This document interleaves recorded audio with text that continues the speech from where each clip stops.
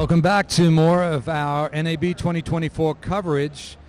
This section, I'm with Jim Hellman of Movielabs. Now, not everyone's heard of Movielabs, but it's actually a really incredible group, I guess. You want to give it a little bit of the history of how you formed and what the charter of the company is? Yeah. Well, we think it's a very unique organization. We're a studio joint venture of the 5 traditional Hollywood movie studios. So Disney, Sony, Paramount, Universal, and Warner. Our board consists of the studio CTOs, and basically we were formed to help them advance technology for film and television, production, distribution, any areas where upcoming technology could benefit them, in areas where they don't compete. And for the most part, the studios really don't compete on basic technology infrastructure. And so we're able to bring them together and get a common agenda for different areas. We used to do a lot of work in distribution technology. We've now moved almost entirely to production technology. And it's something that we can bring them together, get a common agenda, publish it out to the industry, and then it means that the vendors and technology providers have a common target, and they really appreciate that because otherwise they may be getting 5 or 6 or 10 different views, from our 5 members. And so, we're a nonprofit, and we basically work to get a common technology agenda out to the industry from our member studios. That's great. And it's funny, I was literally having a conversation with someone this morning about the fact that so many executives don't seem to think more than a year out sometimes in terms of the way they look and plan for industry trends. And so I really love the fact that this is definitely a significant kind of prognostication into the future and a planning towards it. And in fact, to that end, one of the kind of famous things, or maybe the famous thing of Movielabs, is the 2030 vision, a white paper that was put out in 2020? 2019. 2019, there you go, right before everything went crazy.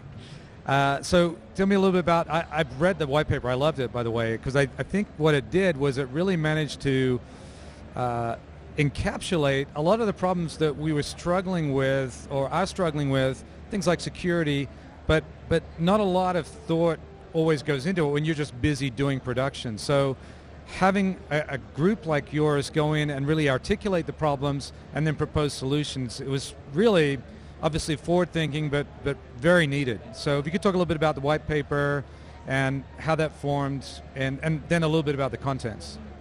Yeah, so we published in 2019, kind of observing that a lot of technologies were changing. Things were moving to the cloud. You had real-time engines that were doing a lot of work for pre-visualization, ICVFX, and it seemed like a good time to put out a vision, and we put it out 10 years ahead to give a little bit of room so that people would say, oh no, you can't do that yet, or no, you can't do that, to really lay out a trajectory, not of where we think the industry is going, but really where our studio members wanted to see the industry go. And it's broken down into 3 areas. There are cloud foundations, which include basically having productions that can use cloud resources across different infrastructures, across different organizations. One of the important principles in the cloud foundations is that assets go straight to the cloud, from capture to cloud, and then they don't move. Instead, you have applications coming to those assets. And what that means is that all of these transfers that you used to do with Aspera from one facility to another, instead, you can just give those other facilities access to the assets where they are. And that's what we consider to be a publication operation, where basically you change the access controls on those assets and then notify the recipients that, hey, there's a new version of this, or we just uploaded this, you could go get it here. The second area, which is very much related to that, is security. So it used to be that a lot of security was a little bit of a side effect of the fact that I was transferring those assets from one facility to another. Each facility had its perimeter, and when you transferred it from one to another, or from one department server to another department server, new people got access to those assets.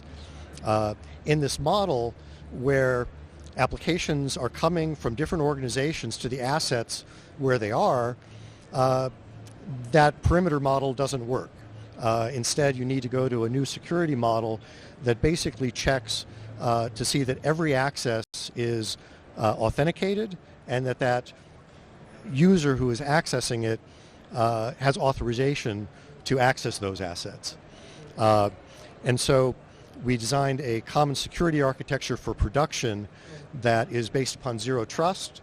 Zero trust is a security model that is endorsed by organizations and industries across the spectrum, but we kind of tailored that for use in productions. And then the third category of the vision's principles are around software-defined workflows, automation, and real-time. And also includes things like AI. Basically, if you have this ability to work on assets from the cloud, you don't need to wait for a work order to be generated and something will be ready the next day. Instead, you can publish it out. It can be published to an automated service. The automated service can prepare the assets for whatever the next creative task is.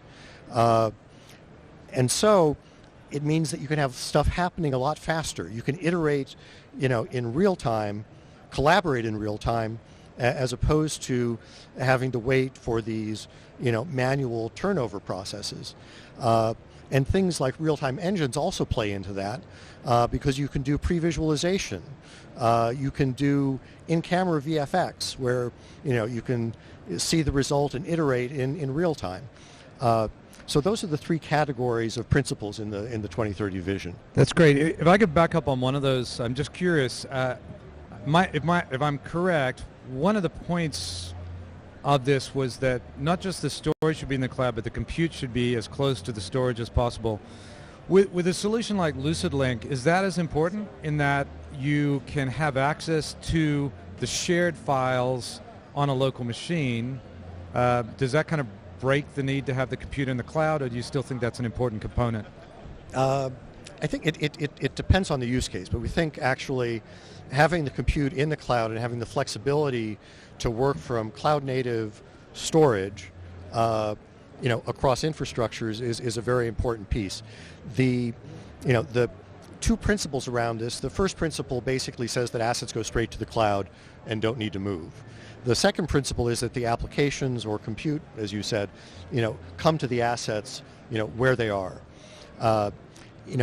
That kind of single source of truth, it has, two benefits. One of them is I don't need to make lots of copies, but also that I have that single source of truth and everyone can access it as soon as it's there and published. Something like LucidLink, technically it is creating a local copy, but we kind of there's still a source of truth, and we also still we regard it as effectively a cache, where there's right. a locally cached copy, which for performance you might need to create. And even if you're working entirely in the cloud, you still may need to do that. If my reference asset is in Los Angeles, but I have a VFX house that has an artist working on those assets from London, you're probably going to want to create a copy in a data center that is close to London, as opposed to dealing with a creative tool, a desktop tool, which is running in the cloud in Los Angeles, just because of the mouse and keyboard latency. Right.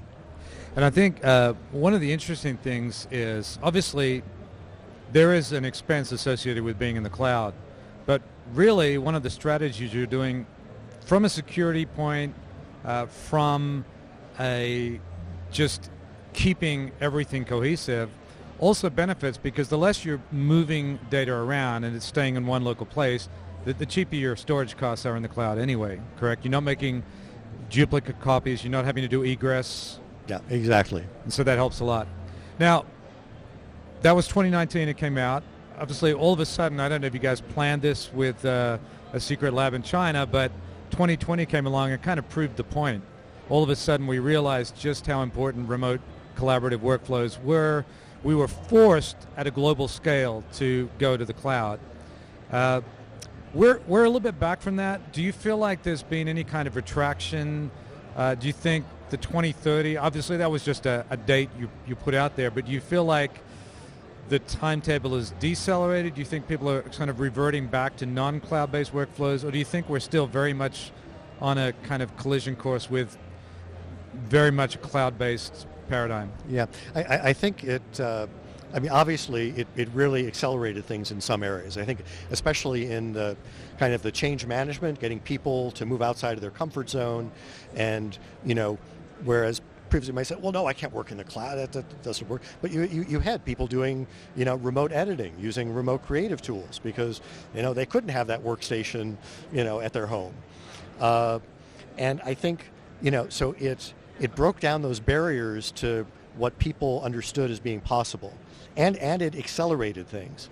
And I think even today, with maybe the urgency being dialed back a little bit, I think we're still moving faster now than we would have without the pandemic. Also, I think what we're seeing today is more deliberate than what we were seeing during the pandemic. In particular, a lot of the stuff in the pandemic was put together really quickly. It was basically lift and shift of what you had done, on-prem. Let's get that in the cloud. And I think today, I mean, we had a week for most places, if you were lucky, to get your people working from home. So obviously, it was very different conditions. Yeah, exactly. And so I think what we're seeing today is, it's a more deliberate move to the cloud, looking more carefully at the technology, going more cloud native. We're seeing a lot more in terms of SaaS services emerging, as opposed to just simply, putting a desktop app, up on a workstation in the cloud. That's great. No one saw generative AI coming, right? I mean, it's funny because I remember hearing recently Mark Andreessen describe it as this is not an invention, it's actually a discovery. No one really knew that when you throw a crazy amount of data at a crazy amount of GPUs, we would get this magical thing. So given that this thing has just emerged as kind of an unknown disruptor, does it break the whole trajectory of what was in the 2030 vision, or do you think this will actually dovetail in and just change maybe the way things happen, but not necessarily the ultimate sort of direction of where things are headed? Yeah, I think it will change the way that things are done and the tools that are used to do things. But it's also not the first time that the film and TV industry has made these big migrations, right? I mean, the addition of sound, the creation of animation, then of VFX, each of these things really created, new ways to work, new tools, and I think, this is going to be the same. It's storytellers have found new ways to use the new technologies that come along, and I think this will be, no different. I think it's difficult to predict all of the details. At Movielabs, we don't create products, we don't create tools, but we are very interested in seeing how Gen AI can be used to improve workflows, to provide more automation of some of these mundane tasks, things like script breakdown, and really improve the part of the 2030 vision. In that third category, it includes the software-defined workflows that are highly interoperable. The ideal would be I can plug my preferred tool or service in, and I can substitute another one just like that. And we think actually Gen AI that can be really good at helping plug things together. And so that's one of the areas that we're looking at Movielabs. And obviously, at the scale that your kind of formation clients are at, the ability just to be able to access and analyze metadata for these massive projects is huge, because it takes away the need for automation in a lot of cases when you can just have an AI extract the very information you need from a database. If you're talking about something like Marvel, you've got decades of content that's being databased and archived, but not necessarily trivial to retrieve specific information from. And so these tools come along at a very interesting time for that kind of work.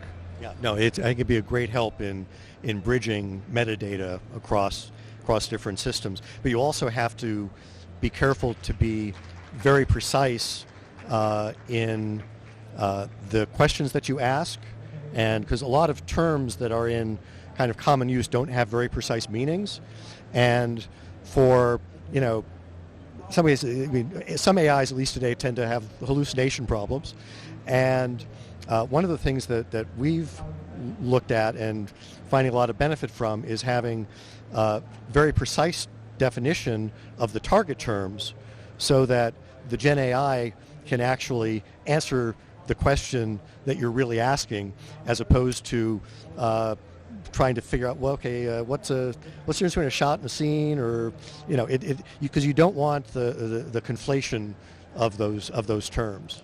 You want an industry-aware, kind of tuned AI for that sort of stuff. So, yep. Let's talk about globalization, or at least localization at scale. So this has actually come up quite a bit at the show. This is a huge new frontier. At one point, distribution was very unsexy, and now it's kind of like a focus for a lot of technological advance, simply because the permutations and combinations of localization have mushroomed out of control.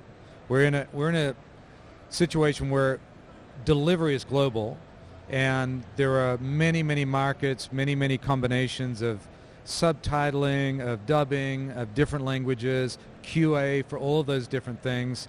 And so that's something that you've very much been thinking about, I imagine, and planning for in terms of how that's going to affect those clients that you're dealing with, right?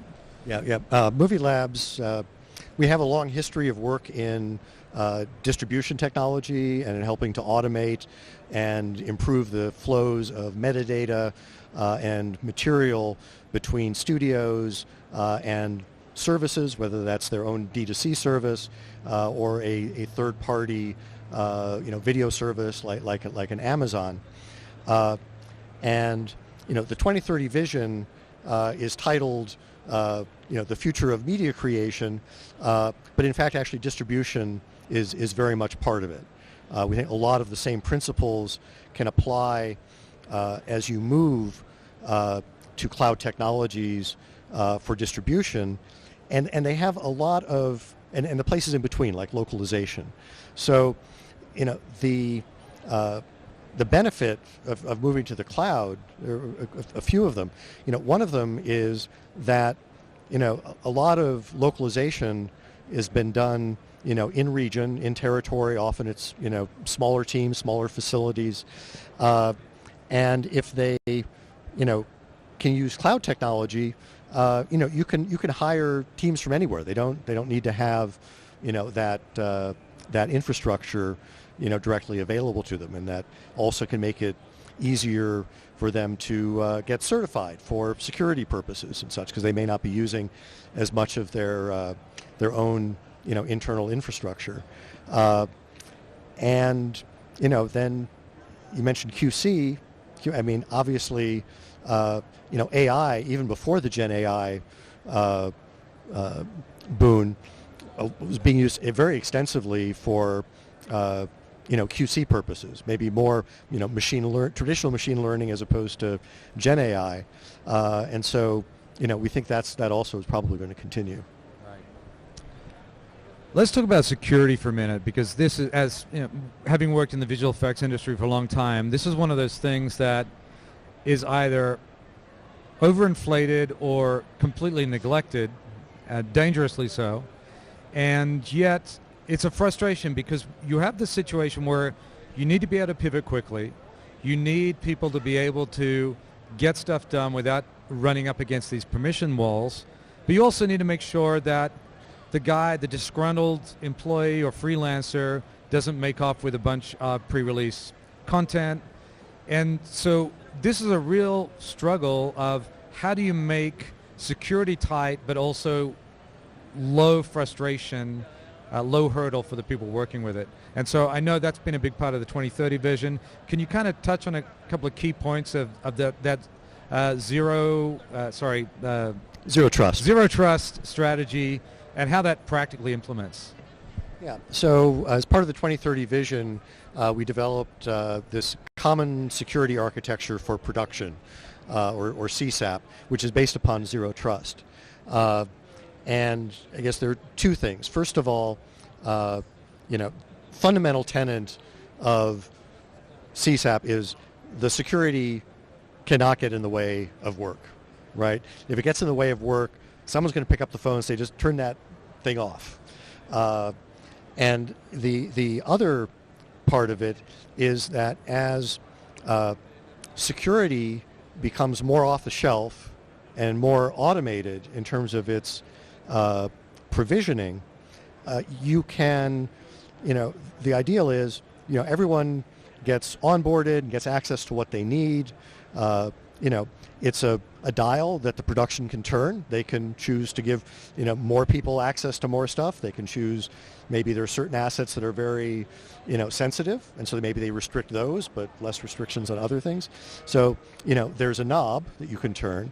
The other one is that the CSAP envisions the automation of security provisioning and management in a way so that if there is a change, that someone now needs access to something that was not at all part of their job description before, it should be off the shelf and there should be just a button you can press and say, okay, give Joe access. You don't need to say, oh my God, where is the IT administrator, where he's going to have to go into, Active Directory and add this new user group in some UI that I don't have access to. Instead, it should really be, very, friendly to productions for their use. That's the vision. Yeah. And so that is that a published specification, or what does that actually look like? If I was wanting to implement those security protocols, is there a white paper that I then follow and implement? At what point can I take that stuff on? Yeah, we have lots of white papers. Especially on security. So there was a high-level follow-on paper to the 2030 vision, which lays this out in broad context. It sets the goals of what we're doing and some of the things that I just talked about. We then also have this common security architecture for production, which is more detailed. It's in a number of different parts. Fundamentally, it's a set of components and an architecture for technologists, basically for the people that are building the software and the infrastructure and setting it up, with the goal that these pieces be more available off the shelf and more easily configurable and more interoperable. There also is kind of an on-ramp to that, again, focused on the security implementers, which we call the Zero Trust Foundation, which really lays out a very simple set of things that implementers can follow if they're trying to build a zero trust system in the service of production. Okay. So lastly, someone might be listening to this and go, well, you know what, that's great for if you're Disney, Netflix, Amazon, you have this massive global infrastructure. But if you're more of a boutique studio or a visual effects house, do these principles, the 2030 vision, still relevant, or is this just something for the big players? We think it's very relevant to everyone.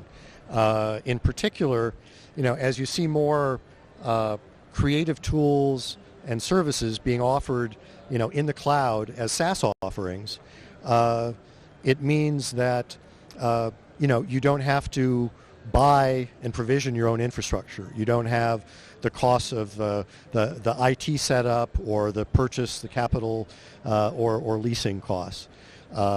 It also means that a lot of the services can already have been vetted for security, and so you may not need to have extensive additional audits that a production might require of its vendors. So we think the 2030 vision and the move to the cloud really is something that applies to productions, from the largest studios, where actually they may be a lot more hybrid. They may be doing a lot of on-prem stuff, and our vision basically, hybrid, public cloud, private cloud, it all counts as 2030 cloud. But I mean, it's almost more for those smaller productions that having infrastructure available off the shelf, in the cloud, tools and services is more important. And if you have also, I mentioned small sub and dub houses, again, they can be infrastructureless. It really lowers the friction to a lot of these smaller entities participating in production from wherever they are, wherever they're working from. And you mentioned to me actually before the interview that you could literally walk this floor and there are multiple vendors that would fulfill the role for a smaller studio in terms of getting into the cloud, products like LucidLink, management, all those kinds of things. So the solutions are already available. You would just need to make the decision to implement them. Right. Yeah, and there's still some. So LucidLink is great. There's another company called Hammerspace that also has a similar offering. So and that is really a great transitional technology, because it means that a traditional desktop application that is still really focused on file system access and structure, that it has a transition path to actually being able to work from cloud storage. We're seeing really tremendous uptake on the 2030 vision from not just the cloud providers, the DCC application providers, but also SaaS services, and we have this 2030 showcase program, which has been publishing each year 10 use cases that really demonstrate the use of off-the-shelf products in real production use cases to kind of help move the industry along. You can say, how did someone do this particular problem, like the one that these distributed file system companies solve, or how did someone do automated VFX turnover? And so there are lots of, which actually that ended up being productized by Sony C, for example. So a lot of the stuff is really becoming available, more and more off the shelf. We've kind of moved, I think, from the 2030 vision as a set of principles. We got kind of industry alignment on those from all of the vendors, and we're now kind of moving into the implementation phase. Wow. And so it's very exciting. I also like what you said about private cloud fits in this as well as public cloud, because it's something we've been involved in, I've been involved in personally, is building VM-based infrastructure in a private cloud. It's very doable, it's very affordable, and it still adheres to all these principles and makes the data accessible remotely.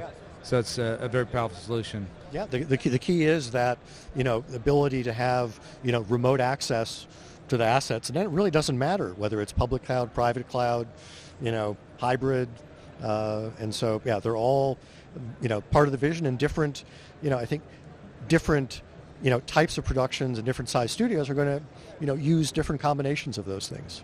Well, Jim, I really appreciate you taking the time just to go over this, kind of elucidate for people what Movielabs does and the 2030 vision, and look forward to seeing what happens over the next 6 years until 2030. Yeah, we'll keep you apprised. Okay, sounds good. Yeah, thank you, Damien. Thanks.